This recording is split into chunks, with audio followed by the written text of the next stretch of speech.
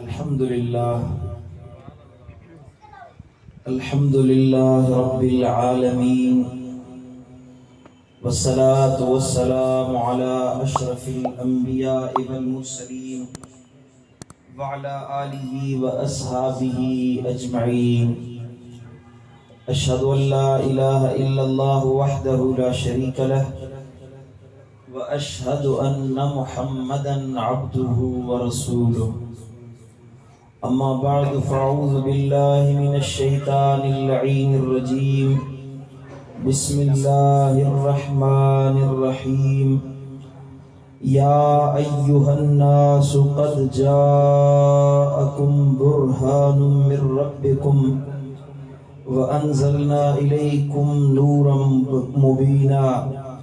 फ़अम्मल्लज़ीना आमनू बिल्लाहि वअतसमू बिही फसयुदखिलुहुम फी रहमतिम मिन्हु व फ़द्लिन व यहदीहिम इला सिरातिम मुस्तक़ीमा। सदक़ल्लाहु मौलानल अलियुल अज़ीम। इन्नल्लाह व मलाइकतहु युसल्लूना अलन नबी या अय्युहल्लज़ीना आमनू सल्लू अलैहि व सल्लिमू तस्लीमा। मोहब्बत सां वॾे आवाज़ सां ज़ौक़ ऐं शौक़ सां दुरूद शरीफ़ पढ़ो। अल्लाहुम्मा सल्लि अला सय्यिदिना व सनदिना व मौलाना व मुर्शिदिना व मुनअमिना व मअवाना व मलजाना हबीबिना मुहम्मदिन व अला आलिहि व अस्हाबिहि व अज़वाजिहि व औलादिहि व इत्रतिहि व अहलि बैतिहि अजमईन। मुंहिंजा प्यारा दोस्तों, बुजुर्गो ऐं भाइरो, अल्लाह खां दुआ है रब शाह असां सभिनी खे हिदायत नसीब फरमाए, मदीने वारे साईं जी सच्ची मोहब्बत नसीब फरमाए। चओ आमीन। महबूब जी मोहब्बत में जियारे ऐं इन ई मोहब्बत में शल मौत अता फरमाए। अल्हम्दुलिल्लाह। हर साल जियां रबीउल अव्वल शरीफ जे पहिरें जुमे ते तव्हां जे आल खानी पाड़े में महबूबन करीमन सल्लल्लाहु अलैहि वसल्लम जे मीलाद जी महफिल सजाई वई आ। अल्लाह खां दुआ है त रब शाल हिन महफिलुनि खे क़यामत ताईं क़ाइम ऐं दाइम रखे। असांजे अहल औलाद जे लाइ हिननि महफिलुनि खे बाइस इश्क़ मुस्तफ़ा सल्लल्लाहु अलैहि वसल्लम बनाए। चओ आमीन। अल्हम्दुलिल्लाह। असांजे प्यारे दोस्त साईं हाफ़िज़ गुलाम मुस्तफ़ा करमी साहब जी तबीयत नासाज है, पर वरी भी माशाअल्लाह मेहनत करे ये महफिल सजाई अथन। अल्लाह खां दुआ है अल्लाह हाफ़िज़ साहब के सेहत कामिला आजिला अता फरमाए, उन्हनि खे वॾी ज़िंदगी अता फरमाए। मिलाद जी महफिल, साईं करीमन जे ज़िक्र जी महफिल, मदीने वारे साईं जे तज़किरे जी महफिल, या खुश नसीबन के मल्हाइण नसीब थींदी आहे। हर को एड़ी महफिल ना है सजाइंदो के खुश नसीब आहिन जन के अल्लाह ताला मुझो लजपाल नबी जे सदके उनजी मोहब्बत जे सदके या तौफीक दींदो आ तो वे महबूब जे शान जी महफिल सजाइन। हिकड़ा माण्हू सियासी जलसन में अगरा थींदा आहिन। साईं मुंहिंजा दुनियावी मामलात में अग भरा लगा वेठा हूंदा आहिन। कारोबार व्यापार धंधे जे मामलात में पहिरीं सिफ़ में हूंदा आहिन,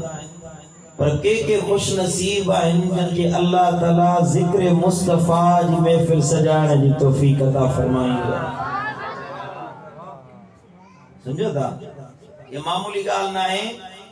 हे खुद अल्लाह जी सुन्नत आ जेको रब ज़िक्र मुस्तफ़ा जी महफिल सजाइंदो आहे। समझो था। या हराम या शिरक या बिदअत जेके मौलवी न जे नयूं नयूं फतवाऊं जोड़ियूं आहिनि। बाबा मिलाद न मल्हायो, साईं जे अचण जो तज़किरो न कयो, साईं मुंहिंजा हर ॻाल्हि ते एतिराज़, हत्ता के आखिर में उथी भी सलाम पढ़ो तो उन ते बि एतिराज़। सलाम न पढ़ो, साईं मुंहिंजा मदीने वारे साईं जे मथां दुरूद छो था पढ़ो। 2008 जी ॻाल्हि आहे त सऊदी अरब में यो जो इमामुल हरम आहे, मस्जिदुल हराम जो इमाम आहे, वो 2008 में रावलपिंडी लाहौर में आयो हुयो। 2018 में, हाँ 18 में, हाणे जी ॻाल्हि आहे, 8 जी न 18 जी ॻाल्हि आहे। 2018 में आयो हुयो तो सही मुझा उन जे ला उथी भी वडा इस्तकबाल कयन उन जे ला स्टेडियम सजो भरजी वियो हुयो हथ बेलाए हो तो जवे मरहबा मरहबा इमामुल हरम मरहबा मुझो तू इन इमामुल हरम जी आमद ते हथ मथे खणी से मुझा उनके मरहबा चो असा इमामुल अंबिया वल मुत्तकीन इमामुल मुरसलीन इमामुल हरमैन हकीकी मदीने वारो ताजदार सुन्नी उन जे ला मरहबा जा तराना गाइंदा है सुभान अल्लाह समझ में आई गाल कि कोन आई सुभान अल्लाह तवा पांचन जे ला मरहबा चो तवा पांजे मुल्लन के उथी भी इस्तकबाल करे मरहबा चो तवा पांजन सही मुजा मौलवीन जे ला उथी भी इस्तकबाल कयो आशिक मुस्तफा करीम जे ला मरहबा जा तराना चवंदा रहंदा छो न चऊं जो जडे महबूब आया तो खुद अल्लाह मलाइकन के मोकलियो तो वजो मुझे महबूब जे ला मरहबा जा तराना सईदा तय्यबा अम्मा आमिना साइन दी फरमाए जने महबूब करीम सल्लल्लाहु अलैहि वसल्लम जो मौलूद थियो विलादत थी त असा डिठो त मुझे घर में घर जे अंगन ते सहन ते जण आसमान जा तारा हेठ लही आया हुजन पूछा कई ते केर माजरा है छा माजरा है दिल में खौफ पैदा थियो डप पैदा थियो मुझे घर ते तारा किरी पौधा आवाज आयो आमिना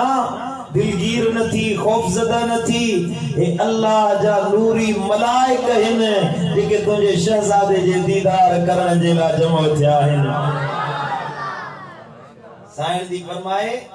तो वड्डे कद वारियूं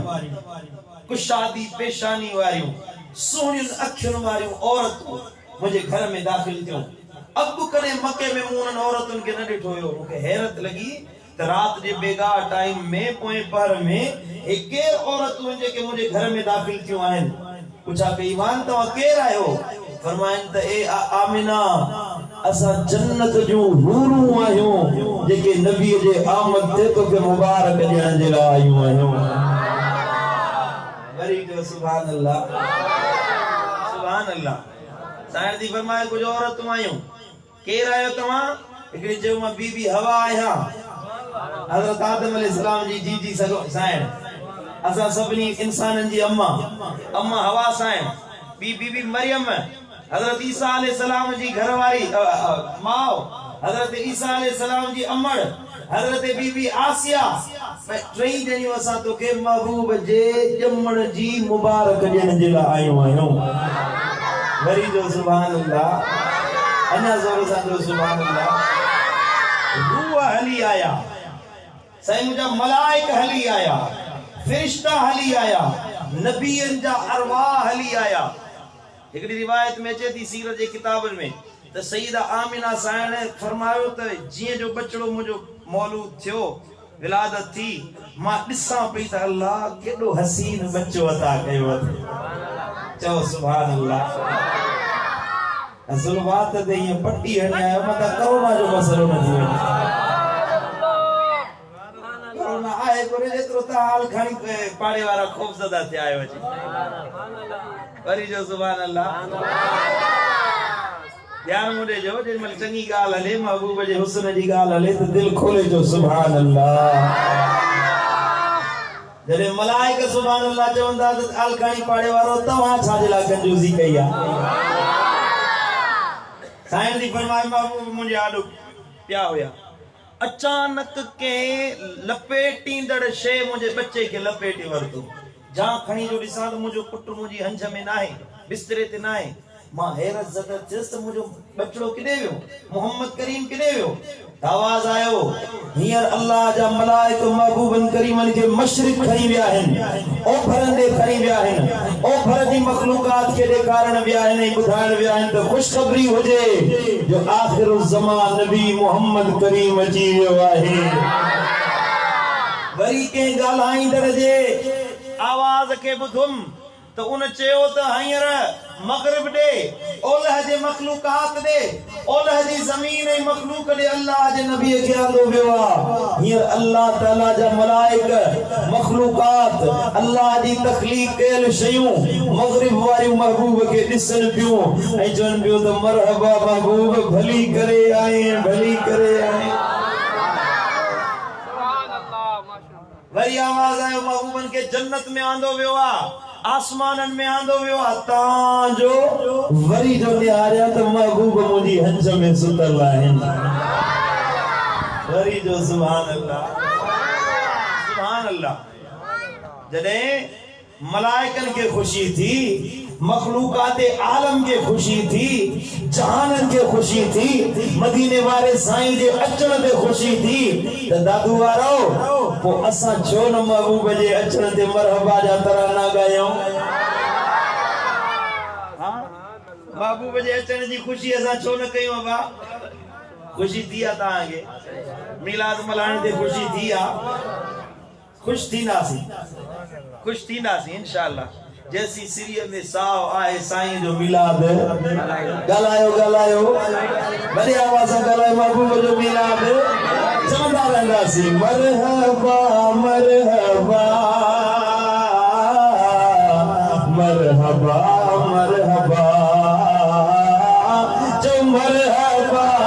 मरहबा दिलरुबा दिलरुबा ऐ वाह तुझो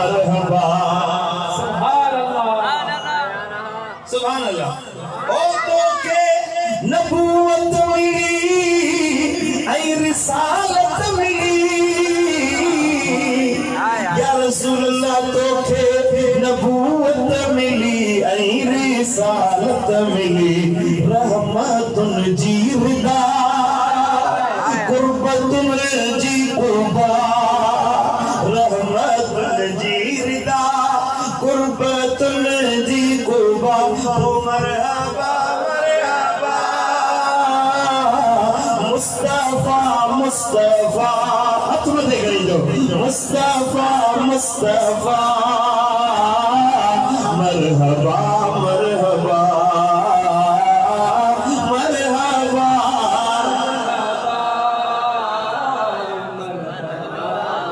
ओ दिल पर साईं छा करम मिटिया चोरो चुरम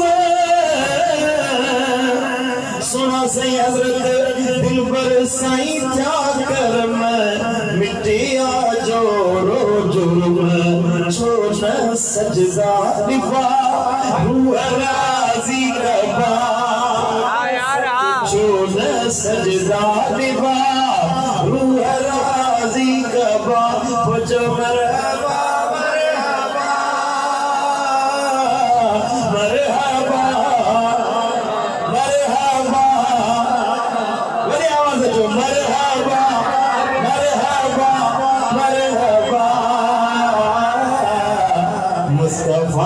मुस्तफा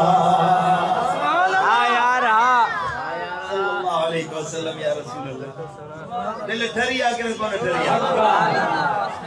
एकड़ा ठरंदा एकड़ा बरंदा जेके बरंदा असा के को नुकसान न पहुंचा सीनो पांजो दा सारे समझो ता हसद जी बाहिब एड़ी हसद बे एड़ो जो नबी सा हसद अरे पाजी औकात सुञाण हैसियत सुञाण पाजी कैटेगरी त दिस तू मुस्तफा जे आडो एकड़े कख जे बराबर गुनाही महबूब जे मिट्टी ते महबूब जे कदमन ते लगंदड़ मिट्टी ते ताब तो जड़ा लख फिदा करे जजन कुर्बान करे जजन मुझे महबूब जो शान ऊंचो आ इते हसद ब्याई कोन ठंदी आ इते से मुजा दोगली पॉलिसी कोन ठंदिया जे मुसलमान थियो ई त दिल खोले जो त मां मुस्तफा जो मदीने वारो मोजो हा ना सियासी जुलूस कढण जायज है सियासी जुलूस यौम पाकिस्तान ते जलसो करण जायज है पाकिस्तान जो झंडो हिया हिलाए तो यौम पाकिस्तान जायज है साईं मुजा यौम फारूक आजम मल्हायो यौम सिद्दीक अकबर मल्हायो सिद्दीक मिलियो तो मदीने वाले जे सदके मिलियो ना हां यार हां मदीने वाले साईं जे सामो सिद्दीक अकबर जी केड़ी हैसियत है सिद्दीक अकबर अबू बकर अबू कुहाफा जो पुत्र जे सिद्दीक अकबर बणियो तो मदीने वाले जी खिदमत करन जे करे बणियो हां यार हां समझो था कि कोन था समझो जे उमर एकड़ो उठन चारण वारो उमर जे फारूक आजम बणियो तो मदीने वाले साईं जे सदके बणियो 13 सालन जो नंढड़ो बार दी केड़ी हैसियत है बार नंढी उम्र वारो जे हैदर करार मुश्किल कुशा बणियो तो मदीने वाले जे सदके हां यार हां असहाबन जी हैसियत असहाबन जे ला जुलूस असहाबन जी नामूस जे ला अजमत सहाबा जी रैली कढो यो जायज आ केड़े साहबी अजमत सहाबा जी रैली कढी हुई केड़े साहबी चंदा महबूबन करीमन जी जिंदगी में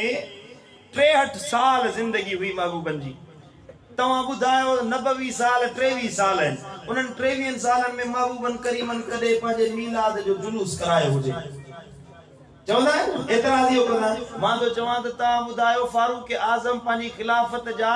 8 साल या 9 साल जेके होया हजरत अबू बकर सिद्दीक जा 2.5 साल जिंदगी दौरे खिलाफत जा होया इनन में अबू बकर सिद्दीक यौम अबू बकर मल्हायो हुजे यौम फारूक आजम मल्हायो हुजे एतराज है ना एतराज कर एतराज यो है तमा बुधायो साबित कयो जे यौम फारूक आजम मल्हाइण जायज है तमा जेला तमा फारूक आजम जो दी मल्हायो बराबर असा न कंदासी एतराज न कंदासी भली मल्हायो उम्मत सा मोहब्बत प्यार का हकीकी सुन्नी आशिकन जो है अबू बकर सिद्दीक जी मोहब्बत असा जे सीने में आ फारूक आजम जी मोहब्बत असा जे दिल में आ आल बैत सहाबा सा सच्चा मुहिब्बाने आल बैत सहाबा आहने तो हे सुन्नी आशिका थे आए मोहब्बत के कोने का बा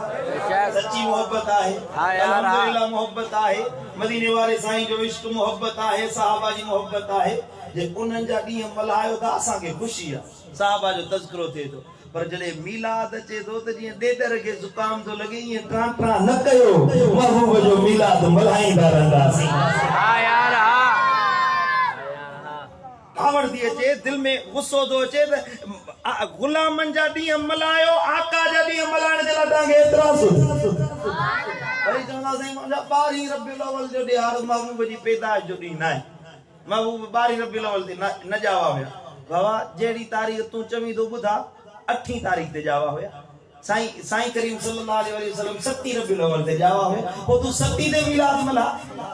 हाय 8 ते मिलाद मला ओ 12 रबीउल अव्वल का बुखार जो तो चढ़े तो 8 रबीउल अव्वल ते मिलाद मला 9 ते मला 10 ते 16 रबीउल अव्वल जे के किताबन जे हवाले सा तो चवी बाकी हवाला ॾियणा पवंदा त 150 किताबन जा हवाला तो के मां ॾींदुस इंशाअल्लाह त मदीने वाले साईं जी पैदाइश उलमाए किराम सहाबा इज़ाम खुद मदीने वाले साईं का असहाबी हजरत अब्दुल्लाह बिन मसऊद का रिवायत साबित कंदासी मदीने वाले साईं जो यम मुबारक विलादत मुबारक थिया तो 12 रबीउल अव्वल जी रात थी आहे हां यार हां सुभान अल्लाह वरी जो सुभान अल्लाह जेते जम्मू असा अहले सुन्नत व जमात जो बाबा एकड़ो मेयार है अवामिल ऐं मामलात के मुकर्रर करण जे लाइ एकड़ो असा जो मेयार अहले सुन्नत में मुकर्रर है। असा धारिन जमात जी गाल नथा कयूं। अहले सुन्नत व जमात जेका असांजी मुत्तफ़क़ अलैहि सहाबा किराम खां वठी हलंदी थी अचे पई उन जो मेयार जिथे घणाई हुंदी वो हक हूंदो। जेड़े पासे घणाई हुंदी जैसे जेड़े पासे सहाबा किराम जी घणाई हुंदी जमहूर उलमा जी घणाई हुंदी उन ॾींहं के हकीकत मल्हायो वेंदो। उन मामले के उन अकीदे के उन मसले के हक समझो वेंदो जिथे जमहूर उलमा हुंदा मशाइख हुंदा मुहद्दिस हुंदा फकीह हुंदा इमाम हुंदा। हिन मामले में जमहूर उलमा किराम जमहूर मुहद्दिसीन इज़ाम जमहूर फुक़हा इज़ाम इमाम अहले सुन्नत व जमात जा वडा वडा फकीह मुहद्दिस उलमा इन गाल ते मुत्तफ़िक़ आहिनि त मदीने वारे साईं जी विलादत जो ॾिहाड़ो 12 रबीउल अव्वल जो ॾींहुं आहे। वरी जो सुभान अल्लाह तो असां 12 रबीउल अव्वल ते मिलाद मल्हाईंदासीं इंशाअल्लाह। असां जे लाइ हिकड़ी 12 रबीउल अव्वल कैद न आहे। सुन्नी 12 ही महीना साईं जे मिलाद जी ॻाल्हि कंदा महबूब मिलियो ॾींहं में कैद नथा कयूं बस ख़ास इन ॾिहाड़े के असां ईद करे मल्हाईंदा आहियूं। तुंहिंजे लाइ वईद बणी आहे त असांजो ॾोह न आहे। 12 रबीउल अव्वल आशिक़नि जे लाइ वॾी ईद जो ॾिहाड़ो आहे। वरी जो सुभान अल्लाह। और दलील केड़ो असा जड़े दलील पेश कयो थी साईं करीम सल्लल्लाहु अलैहि वसल्लम फरमायो सही बुखारी शरीफ जी हदीस आहे। केड़ी किताब में गलायो हेडे ध्यान सही बुखारी शरीफ। बुजुर्गन फरमाया त बिन इश्क जो पढ़ते हैं बुखारी आता है बुखार उनको बुखारी नहीं आती। हाँ यार हाँ इश्क का बगैर जो बुखारी पढ़ने बुखार चढ़ंदी बुखारी नहीं रही। बुखारी शरीफ हदीस साईं करीम सल्लल्लाहु अलैहि वसल्लम के अर्ज कियो या रसूल अल्लाह तवा सूमर जे दिहाड़े रोजो रखंदा आयो छा जे ला साईं करीम सल्लल्लाहु अलैहि वसल्लम फरमायो सूमर जे दिहाड़े जेके असबाब ॼाण आया उनन मां हिकड़ो सबब इहो ॼाणियो जो इन दिहाड़े ते फीह बुलितो इन दिहाड़े ते मुंहिंजो मीलाद थियो हो। सूमर जे ॾींहुं जाओ तव्हां चओ था त रुॻी 12 रबीउल अव्वल ते मीलाद न मल्हायो। साईं करीम हर ॾींहं ते हर महीने में 4 ॾींहं पंहिंजे मीलाद जे लाइ मखसूस करे छॾिया हुया। जे रोजो रखे तो साईं करीम रोजो रखियो ईद जे ॾींहुं त रोजो कोन रखबो आहे न। ईद जे ॾींहुं रोजो कोन रखबो आहे 12 रबीउल अव्वल के ईद छो था मल्हायो। जॾहिं रोजो चयो त ईद न आहे। अफसोस आहे मौलवी जे इन हसद वारी आदत थी। बस जेकॾहिं पाण के ॻाल्हि सम्झ में न अचे त ॿियनि ते मढ़ींदा त इहो मामलो पेश कयो वञे। ध्यान मुड़े जो त तव्हांखे इन मसइले जी वज़ाहत करे ॿुधायां। हा यार हा दादू वारो वज़ाहत थी वञे रीत जीअं ज़हन मां कल्पशार निकिरी वञनि ऐं मुल्लनि खे बि ख़बर पवे त असां जाहिलनि जे साम्हूं न आहियूं इल्म वारनि जे साम्हूं बीठा आहियूं। हा यार हा हबीबन करीमन सल्लल्लाहु अलैहि वसल्लम फरमायो यौम अरफा यौम नहर ऐं अय्याम तशरीक माना 9 रबीउल अव्वल 10 रबीउल अव्वल 11 12 रबीउल अव्वल ये 5 ॾिहाड़ा साईं करीम सल्लल्लाहु अलैहि वसल्लम फरमायो त असां जे लाइ ईद जा ॾिहाड़ा आहिनि। केड़ा ॾींहं आहिनि ईद जा ॾींहं। साईं करीम फरमायो अय्याम तशरीक ईद जा ॾिहाड़ा आहिनि। 9 रबीउल अव्वल ईद जा ॾिहाड़ा आहिनि। हाने हजरत उमर फारूक रज़ी अल्लाह ताला अन्हु का मशहूर रिवायत मा ॿुधी हूंदी। बुजुर्गन हिकड़ो यहूदी आयो फारूक आज़म के चयस के कुरान मजीद में हिकड़ी आयत आ जेका असां जे दीन में नाज़िल थे हां त उन ॾिहाड़े के असां ईद जो ॾींहुं करे मल्हायूं। हा सुभान अल्लाह वो ॾींहुं असां जो ईद जो ॾींहुं हुजे। हजरत उमर साईं फरमायो केड़ो ॾींहुं फारूक आज़म के यहूदी चयो तो वो आयत आहे कुरान मजीद जी अल यौम अकमलतु लकुम दीनकुम व अतममतु अलैकुम नेमती। असां तव्हां जे दीन के मुकम्मल करे छॾियोसीं तव्हां जे मथां नेमत पूरी थी वई ऐं असां इस्लाम दीन जे करे तव्हां ॾे राज़ी थी वियासीं। दीन इस्लाम जे करे तव्हां ते राज़ी थी वियासीं। समझण जी ॻाल्हि आहे। हजरत उमर साईं फरमायो त यहूदी भुलियो आहीं अस इहो ॾिहाड़ो मूंखे यादि आहे उहा जाइ मुखे याद आ वो वक्त मुखे याद आ जॾहिं इहा आयत नाज़िल थी हुई। वो 9 ज़ुल्हज यौम अरफा जो ॾींहुं ऐं जुमे जो ॾिहाड़ो हुयो।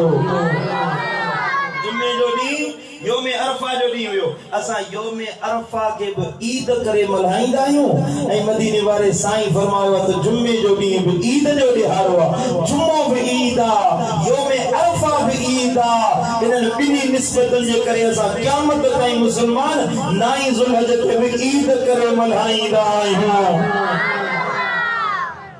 मौलवी जो त जे ईद ते एतराज़ अथई त 9 ज़ुल्हज जे ॾिहाड़े ते कहिड़ी निमाज़ ईद जी पढ़ंदो 10 ज़ुल्हज ते पढ़ंदा आहियो न भाउ तव्हां करे 9 ज़ुल्हज ते ईद निमाज़ पढ़ी आहे जॾहिं त ईद 12 रबीउल अव्वल ईद आहे त पोइ इन जो कहिड़ो सबूत आहे तव्हां कहिड़ी निमाज़ आहे रोज़ो रखो न मिठा हाणे रोज़े जी ॻाल्हि अची वई त रोज़े जे करे ईद न थींदी साईं करीमन फरमायो हदीस ॿुधो हाणे मदीने वारे साईं फरमायो लजपाल नबी फरमायो ये सुनन इब्न माजा अबू दाऊद शरीफ जी हदीस आहे मदीने वारे साईं फरमायो 9 ज़ुल्हज जे ॾिहाड़े जेको रोज़ो रखे कहिड़े ॾिहाड़े ते बा 9 ज़ुल्हज ते पहिरियां साईं फरमायो 9 ज़ुल्हज तव्हांजे लाइ ईद आहे उमर साईं फरमायो 9 ज़ुल्हज असांजे लाइ ईद जो ॾिहाड़ो आहे वरी नबी तो फरमाए 9 ज़ुल्हज ते जेको रोज़ो रखे अल्लाह ताला जी रहमत में उम्मीद आहे उन जे गुज़रियल सॼे साल ऐं ईंदड़ सॼे साल जा गुनाह अल्लाह बख़्शे माफ़ करे छॾींदो आहे 9 ज़ुल्हज जे ॾिहाड़े जेको रोज़ो रखे न हिकड़ो रोज़ो गुज़रियल सॼे साल जा गुनाह बख़्शजी वेंदा ईंदड़ सॼे साल जा गुनाह बख़्शजी वेंदा 9 ज़ुल्हज ईद जे ॾिहाड़े जो रोज़ो जॾहिं साईं करीमन फरमायो ईद जे ॾिहाड़े रोज़ो रखण जाइज़ आहे ऐं ईद उल अज़हा ऐं ईद उल फितर जो मामलो आहे उन्हनि ॾिहाड़नि ते ईद जो रोज़ो नाहे रखबो हे जेका ईद हबीबन करीमन फरमायो उमर फारूक फरमायो इनखे ईद साईं मुंहिंजा ख़ुशी वारी ईद सईद नाहे बल्कि ईद उर्फ सॾबो आहे उर्फ में का ख़ुशी जी ॻाल्हि हुजे त उन ख़ुशी खे ईद करे मल्हाइबो आहे ईदुनि खां वॾी ईद ख़ुशियुनि खां वॾी ख़ुशी बच्चा बि मिलिया औलाद बि मिलियो घर बि मिलियो माल बि मिलियो इज़त बि मिली पर तन सभिनी वॾियुनि ख़ुशियुनि में असांजा सुन्नियुनि जे लाइ इहा ख़ुशी आहे जो 12 रबीउल अव्वल जे ॾिहाड़े मदीने वारो साईं असांखे मिलियो आहे वरी जो सुभान अल्लाह जेकॾहिं असां इन ॾिहाड़े ते ईद करे मल्हायोसीं त मौलवी साहब तूं रो न पिट न मातम न कर उहो त ॾहीं मुहरम वारनि जे ॾिहाड़े मातम हवाले करे छॾ तोखे कंहिं चयो मातम करे सुन्नी आशिक महबूब जो मिलाद मल्हाईंदा रहंदा सुभान अल्लाह हरि जो सुभान अल्लाह खुशी मल्हाईंदो कि न कोन मल्हाईंदो हा यार पढ़ो सल्लल्लाहु अलैका या रसूल अल्लाह मोहब्बत से पढ़ो सल्लल्लाहु अलैका या रसूल अल्लाह अल्लाह जो कुरान तो फरमाए रब फरमायो हाने बाबा महबूब जे अचण ते असां ख़ुशी छो मल्हायूं दलील कुरान खां वठो त आशिकनि जे लाइ अल्लाह ताला महबूब जो अचण छो ख़ुशी बनायो आहे कुरान तो फरमाए या अय्युहन नास ए इंसानो सब मानू मुतवज्जे थे हर इंसान मुतवज्जे थे केड़ी कौम वारो आ केड़ी नस्ल वारो आ केड़े बिलाय के साथ ताल्लुक रखे केड़े मजहब से ताल्लुक रखे ए फरमान हर एक जे लाए कायनात जे हर इंसान जे ला हुक्म नाज़िल हुआ सिख आयो ईसाई आयो यहूदी आयो से मुजा बुद्ध आयो केर आयो इंसान आयो तो या अय्युहन ए इंसानो कुरान मजीद में या अय्युहन नास लफ्ज 20 दफा नाज़िल हुआ 10 दफा मक्की सूरतुन में, 10 दफा मदनी सूरतुन में, मना हिजरत का अग में ऐं हिजरत का बाद में यो लफ्ज नाज़िल थियो या अय्युहन नास। जॾहिं इहो लफ्ज नाज़िल थे या अय्युहन नास, उनमें खास अल्लाह ताला तौहीद जो फरमान फरमाईंदो आहे, माण्हुनि ते हुज्जत कायम कंदो आहे। रब्बे कायनात जॾहिं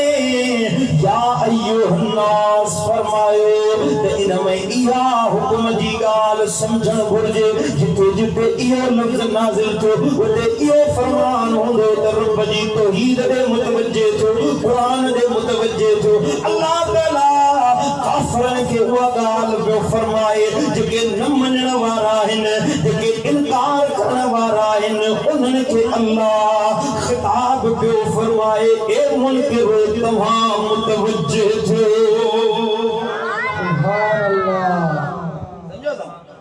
ईमान वारन जी गाल अचे, मोमिनन जी, आशिकन जी, मोहब्बत वारन जी, मदीने वाले साईं सां दिल लाइण वारन जी, उते या अय्युहन नास न तो चवे, या अय्युहल इंसान न तो फरमाए, उते रब तो फरमाए या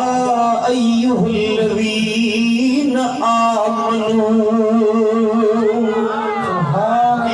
ईमान वारो, उते आमनू जो लफ्ज़ इस्तेमाल छो, मना हाणे हुक्म मिलंदा शरीयत जा, तरीक़त जा, अवामिर ऐं नवाही जी ॻाल्हि आहे। हिते अल्लाह ताला अमर फरमायो तो ते नमाज़ तो सेखारे या अय्युहल्लज़ीना आमनू चई त अल्लाह ताला हाणे दीन जी ॻाल्हि पियो सेखारे। नमाज़ पढ़ो, ज़िना खां बचो, रोज़ो रखो, बदकिरदारी ऐं हराम खाइण खां बचो, इहे हुक्म पिया अचनि। पर जॾहिं रब फरमायो या अय्युहन नास, हर इंसान खे उते रोज़े जी ॻाल्हि न कंदो आहे, रब उते नमाज़ जी ॻाल्हि न कंदो आहे। जॾहिं या अय्युहन नास चई त इते अल्लाह ताला इबादत जी ॻाल्हि न फरमाईंदो, अवामिर नवाही जी ॻाल्हि न फरमाईंदो आहे। जॾहिं इते या अय्युहन नास क़ुरान में अचे त उते तौहीद जी ॻाल्हि ऐं रिसालत जी ॻाल्हि ईंदी आहे। तबलीग जो हिकड़ो अंदाज अल्लाह सिखारियो आहे। हर कंहिंखे हिकड़ो माण्हू एबीसी जाने दो पियो, उनखे तव्हां साईं मुंहिंजा एबी होल स्क्वायर जा फार्मूला सेखारींदो त उनजी सम्झ में ईंदी का? समझो था? उनखे फिजिक्स जा मामला समझायो। हिकड़ो माण्हू जेको बे क्लास जी साइंस जो सबक न पढ़ियो आहे, उनखे मैट्रिक जी फिजिक्स पढ़ायो। हिकड़े माण्हू खे अंग अखर ई नथा अचनि, हिसाब वाधू काठू जो नथो अचे, वंड जोड़ जो हिसाब नथो अचे, उनखे साईं मुंहिंजा मैट्रिक जी फिजिक्स पढ़ायो, उनखे मैट्रिक जी मैथमेटिक्स पढ़ायो, सम्झ में न ईंदी। अल्लाह फरमायो दीन जी ॻाल्हि, क़ुरान हदीस जी ॻाल्हि,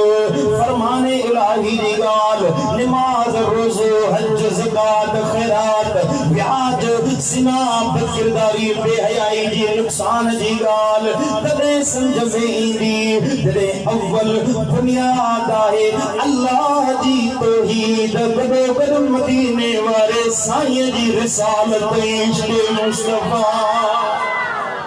पर अक्सर तौर ते जॾहिं अल्लाह ताला या अय्युहन नास फरमायो तो उते अल्लाह ताला खणे भाङे या अय्युहन नास ऐं या अय्युहल्लज़ीना आमनू ख़िताब कंदे ईमान वारनि सां या काफ़िरनि सां रब्बे कायनात ख़िताब कयो त उन्हनि जॻहियुनि ते मुंहिंजे मालिक रब करीम पंहिंजे क़ुरान जो फ़लसफ़ो रखियो त हर मामले में तोखे अदब मुस्तफ़ा नज़र ईंदो, महबूब जो इश्क़ नज़र ईंदो। साईं जी दरबार में वेबो कीअं, साईं जी दरबार में गुफ्तगू कीअं कबी आहे, साईं जी दरबार में ॻाल्हाइबो कीअं, ज़ोर सां न ॻाल्हायो, हुजरनि जे ॿाहिरां बि रड़ न कयो, साईं सां पंहिंजे माण्हुनि वांगुरु न ॻाल्हायो, अदब सिखो। गोया के अल्लाह ताला दीन जी हर ई ॻाल्हियुनि खे इन जे करे साबित करे ॾेखारियो त असुल दीन इस्लाम आहे त मदीने वारे जे अदब में आहे। न चई सुभान अल्लाह। तेरे दिल में नबी जो अदब नाहे, साईं जो एहतराम नाहे, लजपाल नबी जी हुब नाहे, महबूब जो एहतराम नाहे। जब नबी वॾे भाउ जे तेरी इज़त कयो, महबूब शादी कंदा हुया, महबूब साईं मानी खाईंदा हुया, ये ॻाल्हियूं जेके काफ़र कंदा हुया, जेके काफ़र कंदा हुया न, उहे ॻाल्हियूं अॼोको मौलवी साहब थो करे। हाओ सची ॻाल्हि आहे न। तव्हांजो माना मतां न जुड़ियो हुजे मामलो हिननि सां, मूंखे ख़बर आहे हिन जे वॾनि खां नंढनि खां वठी वॾनि ताईं इहो सॼो टोलो चोरनि जो सुञाणे वेठा आहियूं पिया। तव्हां बि जलसो ॿाहिरि रखो आहे, गली में त मज़ो अचे हा। हाणे माण्हू ॾिसो हिकिड़ा बीठा आहिनि, हिकिड़ा वुज़ूखाने ते वेठा आहिनि पिया। हा अलखाणियुनि खे गुज़ारिश थो कयां, जलसो ॿाहिरि रखो त भलो मज़ो ईंदो वधीक। पढ़ो सल्लल्लाहु अलैहि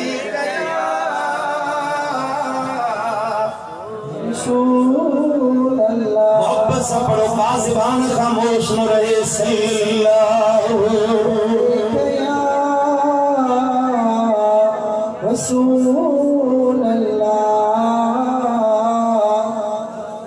अल्लाह जो कुरान जो फरमाए, या अय्युहन नास, किताब अल्लाह जो माण्हुनि सां, या अय्युहल्लज़ीना आमनू नाहे रुगी ईमान वारा, ईमान वारनि जी ॻाल्हि ईंदी त उते अल्लाह ताला फरमायो, या अय्युहल्लज़ीना आमनू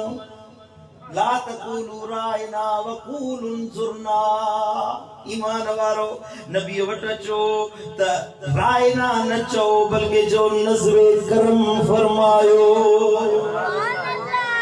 ईमान वारनि जी ॻाल्हि अचे त अल्लाह ताला ईअं न फरमायो त तव्हांजे लाइ हीअ शइ अची वई, उहा शइ अची वई, दलील आयो, बुरहान आयो, नूर आयो। नबीअ जा आशिक तो नूर मञो वेठा आहिनि, नबीअ जा दीवाना त महबूब सां दिल लायो वेठा आहिनि। इहा ॻाल्हि उन्हनि खे सम्झाए बि जेके मुनकिर आहिनि, जेके ईमान वारा आहिनि, उन्हनि खे इहा ॻाल्हि सेखारबी त नबीअ जा बणिया आयो त अदब करे ॾेखारियो। न चई सुभान अल्लाह। अदब कयो, साईं जो एहतराम कयो, महबूब सां मोहब्बत वारी नज़र सां ॾिसो। साईं वटि अचो त वॾो आवाज़ न कयो, बल्कि कीअं कयो, चओ त नज़रे करम कयो का मदनी मदीने वारा। अञा ज़ोर सां चओ सुभान अल्लाह। नज़रे करम कयो का मदनी मदीने वारा, दर ते आया सवाली काॾे विदा बेचारा। नज़रे करम कयो का है मदनी मदीने वारा। ओ नाले पंजे सनालो तुझे के गॾु लिखियो, नाले पंजे सनाले तुझे के गॾु लिखियो। रब पाक शान तुझो है, नाले पंजे सनाले तुझे के गॾु लिखाए। रब पाक शान तुझो मखलूक के बुधाए। तुझी सिफत में नाज़िल, तुझी सिफत में नाज़िल कुरान जा सिपारा।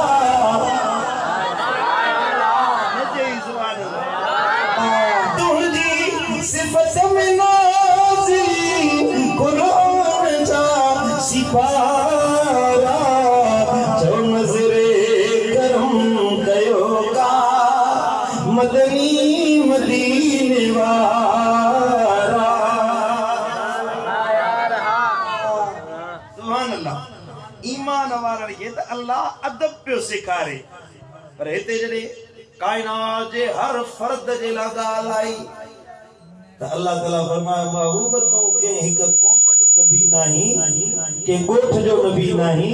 रुॻी दादू वारनि जो, अलखाणी पाड़े वारनि जो नबी नाही, महबूब ज़मीन जे खिते ते जेको इंसान रहे तो तेजो नबी तोखे था बनाए सुभान अल्लाह अल्लाह ताला नबियन के रसूलन के पंजे इलाइकन जो नबी बनायो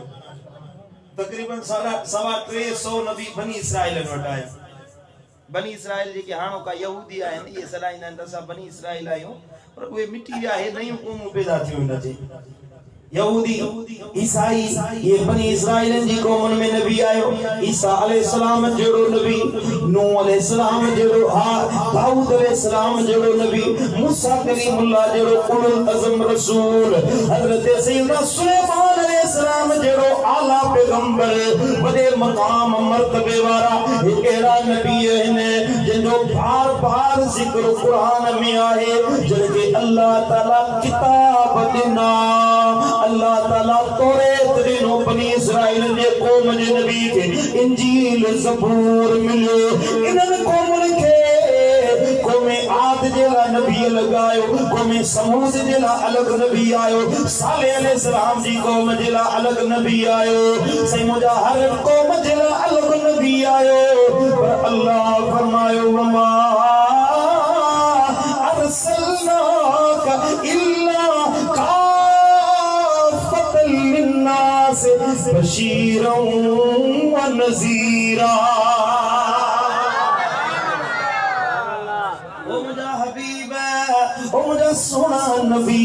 मु अल्लाह तोखे पूरी इंसान जात जेला हर इंसान जेला आलम इंसानियत जेला बशीर नज़ीर बनाए मोकलो आहे हर नबी जो रसूल तू हर नबी हर रसूल जो पैगंबर तू उन जी कौम जो रसूल तू त क़यामत ताईं ईंदड़न जेला पैगंबर ऐं रसूल तो हसनैन जे नाने के बनायो जो वने सुभान अल्लाह अल्लाह छो आयो मदीने वारो साईं पूरी इंसानियत जेला छो नबी बणजी आयो हाणे त को रसूल नहीं दो ना बा हाणे को पैगंबर नहीं दो एक महबूब मुस्तफा करीम आया तो सिलसिले अंबिया के अल्लाह ताला बंद करे छजो तो हाणे नबी न ईंदा जो नबी जो सरदार मदीने वारो अची वियो समझो था अबा असां वट साईं मुजा पार्लियामेंट में वडे में वडो ओहदो वजीर आजम जो समझो था वजीर आजम जो ऐं कौमी स्पीकर वेंदो आहे पर बाहर मुल्क के हलाइण जे लाइ असां वटि सदारती जेको सीट आहे उहा नाले ख़ातिर आहे ईअं मिड़े ई तबरुकन रखी वई आहे सजाए रखंदा आहिनि पोइ साईं मुंहिंजा 14 अगस्त अचे या साईं मुंहिंजा 23 सेप्टेम्बर अचे 23 मार्च सेप्टेम्बर हाँ 23 मार्च अचे त उन ते उन्हनि असांजे सदारती सीट ते वेठलनि खे उस ते सुकाइण जे लाइ ॿाहिरि खणी ईंदा आहिनि आओ न यो या सीट तबरुकन असां वटि रखियल आहे न त ओतो वॾे में वॾो असां वटि वज़ीर आज़म मुल्क जो अमेरिका में प्राइम मिनिस्टर जेको आहे प्रेसिडेंट जेको आहे वो वडे में वडो होदो उन का मथे का शे ना है उन जे जेरे तहत है हर शे असा वट पाकिस्तान में वजीर आजम फौज आर्मी पुलिस रेंजर्स साईं मुजा हवाई फिजाई बरी फौजूं साईं मुजा मुल्क जा इदारा हर गाल कौमी नाणो साईं मुजा खजानची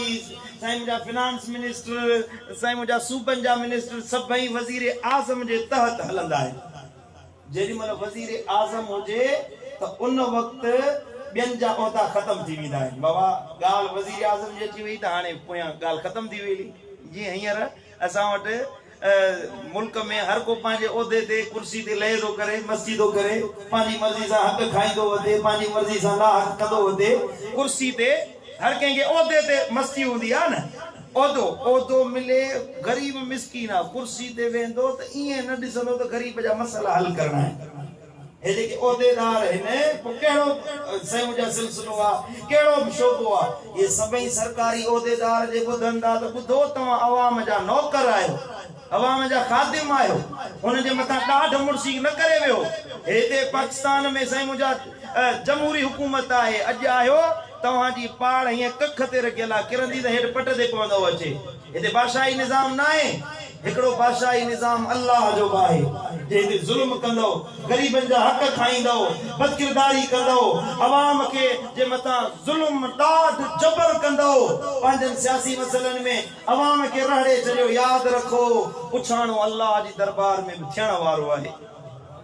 अज हया ना है अज शर्म ना है इए थी दा वेहन जिन वक्त जा फिरौन ऐं वक्त जा यजीद बणिया वेठा आहिनि जा मुसलमाननि जे मथां ज़ुल्म जी बाह बारे छॾी अथनि महांगाई जा मीज़ाइल किराईंदा वतन मुसलमाननि जे मथां ज़ुल्म ऐं ॾाढ जबर जा अज़ियतनाक मामला कंदा वतन यादि रखो जे हुक्मरानी मिली आहे कुर्सी मिली आहे त अल्लाह जी दरबार में पेश बि थियणो आहे ज़रे ज़रे जो हिसाब ॾियणो आहे पंहिंजी कुर्सी ते ॾाढ मुड़सी न कयो इते ज़मीन ते हुकूमत आहे त हिक अल्लाह जी भी मदीने वाले साईं जी आहे मुंहिंजा महबूब इन्हनि खे चयो तेसी मोमिन न थींदो जेसि ताईं हतायो हकीमू का तोखे पंहिंजो हाकिम न मञनि इन जे करे मूं चयो त बादशाही कंहिंजी आहे मदीने वाले साईं जी आहे हुकूमत मुस्तफा जी आहे उन जे तहत सुन्नत ते हलो त अल्लाह राज़ी थी वञे अर्ज पे कयो तो दुनिया जा ओहदा जेमल हिकड़े ओहदे वारो मेयार आहे वडे में वडो पुलिस में आईजी जो मकाम आहे वजारत में वजीर आजम जो ओहदो आहे से मुजा आर्मी में आर्मी चीफ जो ओहदो उन का मथे को ओहदो न होंदो उन का मथे बेके जो हुक्म न हलंदो बराबर बिला तशबीह बिला मिसाल समझाइण जे ला नबी बि आया रसूल बि आया सवाल लख पैगंबर आया उन जो चीफ उन जो आज़म उन जो अगवान बंजी आयो ते तुझो मुझो लजपाल नबी बंजी आयो बुखारी शरीफ जी हदीस आहे साईं करीम सल्लल्लाहु अलैहि वसल्लम तशरीफ फरमाया साईं ने फरमायो हाने हिन दरमा सय्यदुल अरब अरबन जो सरदार अचण वारो आहे सुभान अल्लाह साईं फरमाए न दरमा हाने अरबन जो सरदार ईंदो तो सईदा आयशा सिद्दीक़ा के या रसूल अल्लाह तव्हां अरबन जा सरदार न आयो तव्हां अरबन जा सरदार न साईं ने फरमायो न अरबन जो सरदार मां न आहियां मां अरबन जो सरदार न आहियां अरबन जो सरदार अली आहे अली चैन तो मौला अली दरवाजे में दाखिल थी वियो वरी जो सुभान अल्लाह मौलवी चवे तो नबी के भित जे परे पासे जी खबर नाहे मौलवी चवे तो महबूब करीम के हिन भित जे परियां जी खबर नाहे अफसोस साईं वेठा हिन फरमाइन ता सय्यदुल अरब अचण वारो नबी के खबर हुई त अली अचण वारो आहे वरी जो सुभान अल्लाह सईदा के या रसूल अल्लाह तव्हां अरबन जा सरदार न आयो साईं ने फरमायो अरबन जो सरदार अलिया व अना सय्यदुल अव्वलीन वल आखिरीन मुखे अल्लाह ताला अगन जो भी सरदार बनायो त ईंदड़ नस्लन जो भी सरदार मां मोहम्मद मुस्तफा करीम आया सुभान अल्लाह सुभान अल्लाह सुभान अल्लाह ओ मुझो सुनो यार हजारन में सरदार सोए सरदारन में मुझो सुनो यार हजारन में मुझे सुनो यार हजारन में सरदार सोए सरदारन में मुझे सुनो यूसुफ की हुई हिकड़ी जरी बिस्मिया नजली थी वही चरी ओ थियो मस्त मजनू ओ चाहते वरी फड़फोट पई इश्क वारन में मुझे सुनो यार हजारन में मुझे सुनो यार हजारन में सरदार सरदार में मुझे सुनो यार सुभान अल्लाह पढ़ो सल्लल्लाहु अलैहि या रसूल अल्लाह वसल्लम अलैका या हबीब अल्लाह। थक जी पे आयो नमाज असर ताईं त हलूं न हां टेपरी नमाज गजी पढ़ंदासीं इंशाअल्लाह अने 4:15 थिया आहिनि 4:30 बजे ताईं थक जो न कलाक पूरो मस थियो आहे अञा अगे ही थकजी पे अध में बेवाज भी न कयो भला 4:30 खां कम मथे हलियो वञे तॾहिं दिल में न कजो वेंदो न सुभान अल्लाह। अल्लाह जे कुरान फरमायो जॾहिं महबूबन करीमन सल्लल्लाहु अलैहि वसल्लम फरमायो त मां सरदार आया अगियन पोयन वरी नबियन जे लाइ अल्लाह फरमायो अल्लाह जे नबी फरमायो अना सय्यदुल अंबिया वल मुरसलीन हबीबन फरमायो मां मोहम्मद करीम नबियन जो बि सरदार आया त रसूलन जो बि सरदार आया या सरदारी रुई जमीन ते नाहे पर जने क़यामत जो ॾिहाड़ो थींदो जने महशर जो मैदान हूंदो जहान जा सब नबी सब रसूल सब पैगंबर गॾु थींदा सब अंबिया जमा थींदा रब जो कलाम तो फरमाए पूरी आलम इंसानियत के हशर में जमा कयो वेंदो नबी साईं फरमायो त सब चुप हूंदा अल्लाह सा को ॻाल्हाइण वारो न हूंदो मशहूर हदीस मुस्लिम शरीफ जी हशर जे मैदान वारी तव्हां बार बार आलिमन खां ॿुधी हूंदी महबूबन करीम फरमायो सब इंसान चुप हूंदा माण्हू आदम वटि वेंदा नूह वटि वेंदा इब्राहिम वटि वेंदा ईसा वटि वेंदा अलैहिमुस्सलाम व तस्लीम हर नबी जवाब ॾींदा हबीबन फरमायो अन खतीबुहुम इज़ा अनसितू मां मोहम्मद करीम उन्हनि जो खतीब हूंदुसि रब सां ॻाल्हाइण वारो मां हूंदुसि जॾहिं सब चुप हूंदा अना मुबश्शिरुहुम इज़ा यइसू जॾहिं सब मायूस थी वेंदा बेउमीद थी वेंदा ना उम्मीद थी वेंदा हबीबन फरमायो उन्हनि खे जन्नत जूं ख़ुशख़बरियूं हशर में ॻोल्हींदो त मां मोहम्मद मुस्तफा करीम सुभान अल्लाह चो हेठ ता जो लाउड मोकलाए वियो पढ़ो सल्लल्लाहु अलैहि या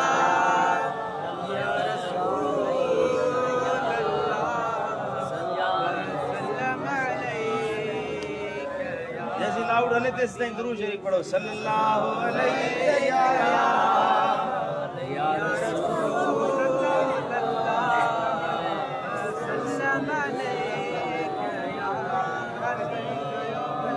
सल्लल्लाहु अलैहि या रसूल अल्लाह। सुभान अल्लाह आवाज अचे तो अब आवाज पहुंचे तो ना आखिर ताईं मुझे थोड़ो खामोश थे तो मां तकरीर शुरू कया अर्ज पे कया त साईं करीमन सल्लल्लाहु अलैहि वसल्लम के दुनिया आखिरत में अल्लाह ताला सरदारी अता फरमाई सभनी जे लाइ हुज्जत बनायो त इहा हुज्जत हिते ही दुनिया में अल्लाह ताला कायम फरमाए छड़ी आहे ऐं पुछाणो मदीने वारे साईं जे करे थींदो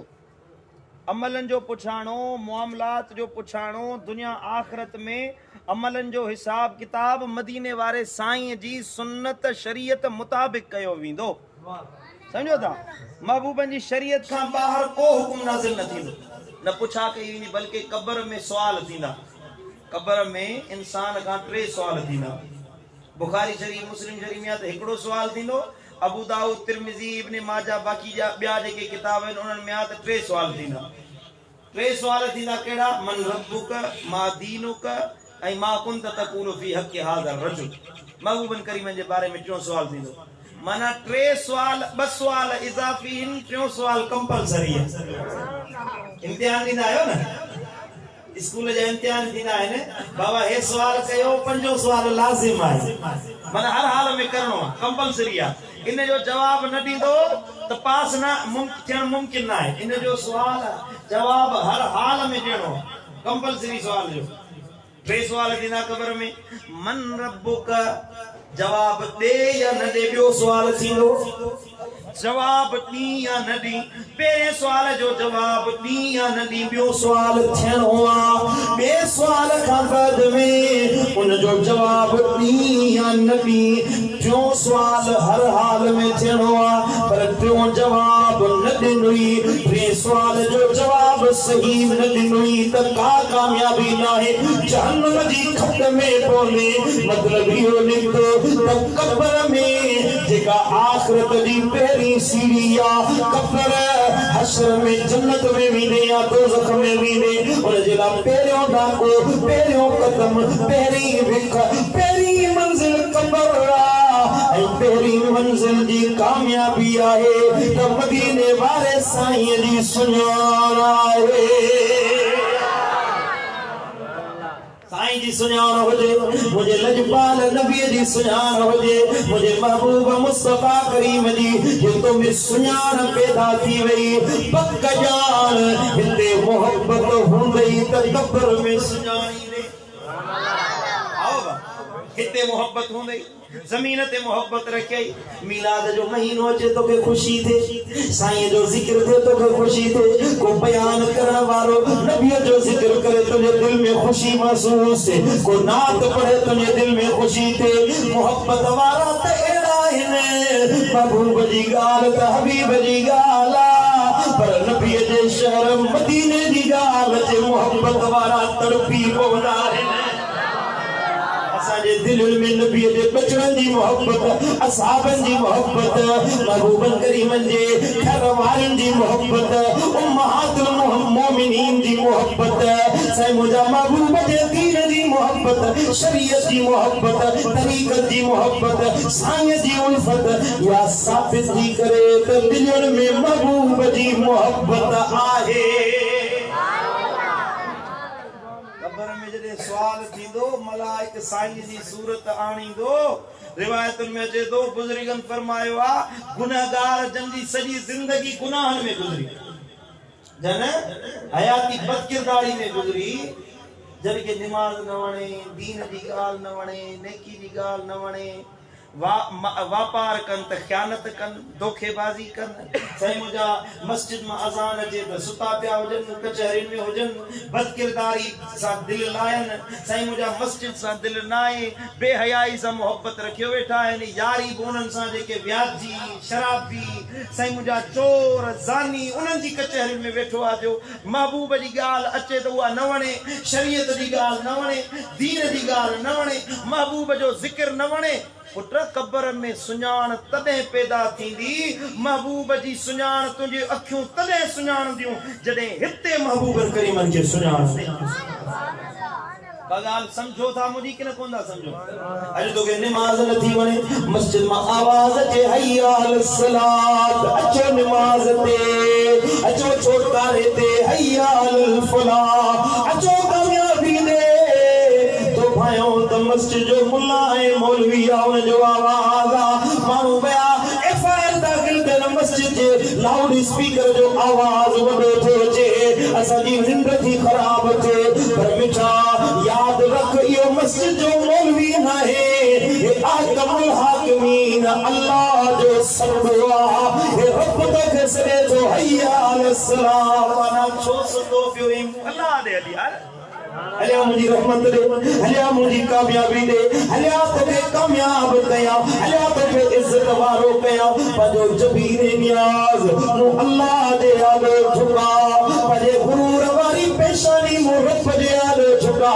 मां अल्लाह एड़ो मेहरबान जो तुंहिंजी पेशानी तुंहिंजो निरड़ फिर जे साम्हूं झुकण कोन ॾींदुसि दुनिया में मुंहिंजो गात ऊंचे हूंदो त हश्र में बि खिलंदो नबी सां गॾु जन्नत में वेंदे शर्त इहो आहे त हिते अमल कर हिते दीन ते अमल कर हिते कुरान पढ़ अल्लाह जो कुरान तो फरमाए फअम्मल लज़ीन आमनू वअमिलुस सालिहात फयुवफ़ीहिम उजूरहुम वयज़ीदुहुम मिन फ़ज़लिही वे मानो जन ईमान आंदो अमल सालिह कयन सुठा अमल कयन तो उन्हनि सां वाइदो कयो वियो आहे तो उन्हनि खे अजर बि मिलंदा ईमान बि मिलंदो इनाम बि मिलंदा पर अल्लाह ताला जो फज़ल अहिड़ो मिलंदो जंहिंखे इहो ॾींहुं वधायो वेंदो वधायो अल्लाह जो कुरान पाण तो फरमाए व यज़ीदुहुम मिन फज़लिही उन्हनि जे फज़ल खे अञा वधाईंदुसि ओ अलखाई पाए वारो दादू वारो यो रब जो फज़ल ईअं न मिलंदो जॾहिं तूं अल्लाह खे यादि कंदे मदीने वारे साईं जो दर वठंदे लजपाल नबीअ जी मोहब्बत वारो रस्तो वठंदे उन तरीक़े ते जीउ जेको महबूब जो रस्तो आहे पोइ नंढड़ो अमल बि कर क़ुरान को फरमाए इन्नल्लाह ला युदीउ अजर मन अहसन अमला अल्लाह ताला अमलन साले करण वारनि जा अजूरा ज़ायो नाहे फरमाईंदो हर अमल अल्लाह वट मक़बूल है हर अमल तुंहिंजो अल्लाह वट पेश थे तो ऐं अल्लाह ताला हिन जी हुकूमत रब जी हिन ज़ालिम जी हुकूमत वांगुर नाहे रब तो फरमाए मां अल्लाह ज़ुल्म न कंदो हक़दार खे उन जो हक़ ॾींदो आहियां ओ छा इरादो अमल कबो कि न कोन कबो अमल कर साले थी सदोरो थी दीनदार थी ॾिस अल्लाह केॾो करम फरमाए उन जे लाइ अल्लाह ताला महबूबन करीमन खे मोकिलियो ऐं रब फरमायो या अय्युहन नास ए इंसानो क़द जाअकुम बुरहानुम मिर रब्बिकुम व अनज़लना इलैकुम नूरम मुबीना इंसानो तहकीक अल्लाह वट तव्हांजे हिकिड़ो चिठो दलील आयो आहे ऐं रब तव्हांजे हिकिड़ो रोशन नूर नाज़िल कयो आहे हिकिड़ी ॻाल्हि अल्लाह फरमायो बुरहान आयो आहे नूर नाज़िल थियो आहे ॿ ॻाल्हियूं रब फरमायो क़ुरान फरमा नूर छाहे बुरहान छाहे मुफ़स्सिर रब फरमायो हिकड़नि जे वक़्त बुरहान मां मुराद मदीने वारे साईं जी ज़ात आहे ऐं नूर मां मुराद क़ुरान मजीद अल्लाह जो किताब क़ुरान मुराद बुरहान मां मुराद महबूब नूर मां मुराद क़ुरान जी आहे चयो ईअं नहीं बुरहान मुराद दलील मां मुराद क़ुरान मजीद वो दलील ऐं नूर मां मुराद मदीने जो ताजदार आहे समझो था बुरहान इन जे लाइ अल्लाह ताला फरमायो त अल्लाह ताला तव्हां ते हुज्जत कायम कई आहे क़ुरान मजीद में अल्लाह ताला झगड़ा चुप कयो खामोश कुरान मजीद में अल्लाह ताला फरमायो तो मु नबी मोकलिया रसूल मोकलिया पैगंबर मोकलिया व रसूलन कद कससनाहुम अलैका मिन क़ब्ल व रसूलन लम नक़्सुसहुम अलैका व कल्लम अल्लाह मूसा तकलीमा रसूलन मुबश्शिरीन व मुनज़िरीन लिअल्ला यकून लिन्नास अलल्लाहि हुज्जतुम बअद रुसूल कुरान को फरमाए रसूल मोकलिया जंहिंजो किस्सो तो के ॿुधायो कंजो किस्सो तो के ना है बुधायो महबूब उनन मा हिकड़न सामू मूसा कलीमुल्लाह हुयो उन सामू कलाम कयो ये रसूल इन जे करे मु अल्लाह मोकलिया पैगंबर मु इन जे करे मु अल्लाह मोकलिया जे मानुन ते मा हुज्जत कायम कया त मुजा रसूल आया वरी तवा अमल न कया मुझे रसूलन तो के पैगाम दिनो दादू वारो कुरान पढ़ियो व अंज़लना अलैकुम नूरम मुबीना नूरे मुबीन तो वटायो जेके जे अचण का बाद में बे के जे दर ते वणन जी जरूरत ही ना है कुरान पहुतो नबी जो नूर भी पहुतो वासे दलील भी पहुतो वरी भी तो जिनाउन में वरी भी तू बदकिरदारिन में वरी तो के शरीयत न वणे तरीकत न वणे नबी जो नालो न वणे महबूब जी सुन्नत न वणे वरी तू मकान वसायो वेठो होजी वरी तू ओता तू वसायो वेठो होजी 24 कलाक कूड़ गलहाइंदो वती पराई गीबत सां जो पेट नथो भरजे अखियूं 24 कलाक बदकिरदारी में दाखिल कयो वेठो होजी परावा नंग निहारी दो वती बाजार मां गुजरी त परायूं औरत ते नजर पइजी वने त अख तुंहिंजी नथी हटे अल्लाह जो फरमान महबूबन फरमायो जेका परावा नंग निहारींदी आ हशर में ईंदो त अल्लाह ताला जहन्नम जी बाह में सीहो पिघराए उन जी अखियुनि में विझंदो जेको परावा नंग निहारींदो आहे। साईं फरमायो हबीबन करीमन फरमायो को खिंजीर के जे जिस्म ते लगी वने कोई जो खिंजीर समझो था न खिंजीर जिस्म ते लगी वने पराई औरत जो पासो लगी वने अन्या वडो गुनाह आहे। अल्लाह का ड्रिजो जिना का पान के बचायो बदकिरदारी का पान के बचायो बेहयाई का पान के बचायो उन रस्ते ते न वञो जेको बदकिरदारी वारो रस्तो आहे। वला तत्तबिउ खुतवात शैतान शैतान जे कदमनि जी पैरवी न कयो। कुरान तो फरमाए शैतान जे कदम जी पैरवी न कयो माना गुनाहन दे त न वञो पर उन्हनि दे नज़र खणी निहारियो बि न। हे जो ता मोबाइल दे ॾिठो न बदकिरदारी ॾिठी हो तुंहिंजे ज़हन में गंदो मवाद भरींदो बेहयाई भरींदो तुंहिंजे दिमाग़ खे ख़राब कंदो तव्हांजो इहो ख़्याल तोखे गुनाह ॾे वठी वेंदो बदकिरदारी दे वठी वेंदो। जे मोबाइल हलाइणी थी त अल्लाह जो कुरान में पढ़ महबूब जी हदीस हिन में तोखे मिलंदी नबी जा फरमान मिलंदा तू अल्लाह वारनि जूं तकरीरूं ॿुध महबूबन करीमन सल्लल्लाहु अलैहि वसल्लम जे सुन्नत शरीयत वारा कम कर या अल्लाह तुंहिंजे लाइ आसानी पैदा कई आहे त उनखे गुनाहनि जे लाइ इस्तेमाल करी उनखे बेहयाई जे लाइ इस्तेमाल करी न मिठा ज़िंदगी चंद ॾींहंनि जी आहे अॼु न त सुभाणे क़ब्र जा महिमान थींदासीं मरणो आहे मौत अचणो आहे हिकिड़े ॾियारे मरण खां अॻ में अल्लाह उन जे हबीब सां लऊं ला हुज्जत पाण ते क़ाइम कर जो मलाइकनि खे जॾहिं पुछण जे लाइ अचनि ॿुधा हिन महबूब जे लाइ छा चवंदो हे क़ब्र में त मलाइकनि खे चओ त मलाइको तव्हांखे ख़बर नाहे मूं दादूअ में सॼी ज़िंदगी गुज़ारी हिन यार जे दीदार जे लाइ हुई इन महबूब जे हुस्न जमाल के दिसन जे लाइ हयाती गुज़ारी हुयमि छॾ त अॼु यार जा दीदार कया। सुभान अल्लाह क़ब्र में महबूब ईंदा त हो जेके मुनकिर हूंदा जिन साईं मुंहिंजा अमल न कयो उहे चवंदा है हा ला अदरी हाय अफ़सोस मां नथो सुञाणा पर जॾहिं आशिकनि वटि महबूबनि जी सूरत ईंदी उहे छा चवंदा नचे सुभान अल्लाह वे तो मलाइकन के ये चवंदा त अॼु अखियूं छॾियो छिभण मां यार जो दीदार क्या अॼु अखियूं छॾियो छिभण मां यार जो दीदार क्या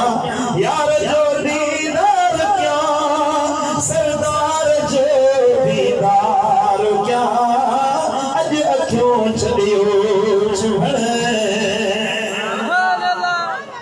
तुंहिंजो छा इरादो आहे उन है हाथ वारनि मां थींदे या अखियूं महबूबनि जी अखियुनि सां चार करे दीदार करे